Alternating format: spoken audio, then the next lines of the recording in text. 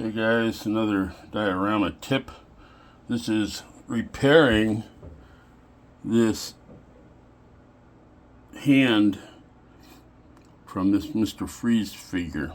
So, again, I don't know what the designers were thinking, but it had a little C thing that went around like this, the hand, and it was so weak when you tried to go like this, it would again stress it, and finally it just breaks off, which is bad because this is the hand that holds his weapon.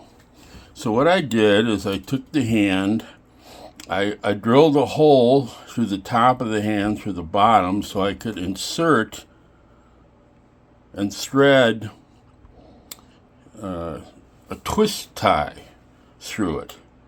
Then after I got it tight, I twisted this part, cut it off, then I drilled another hole in his arm and inserted the end of the twist tie in the arm and glued it in. So now he can flex his hand back and forth. He can't really rotate it, but I was really not that interested in rotation. Just that he could hold it for staged shots.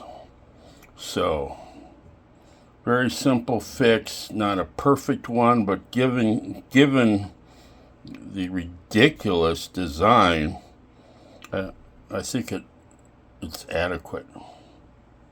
What do you think?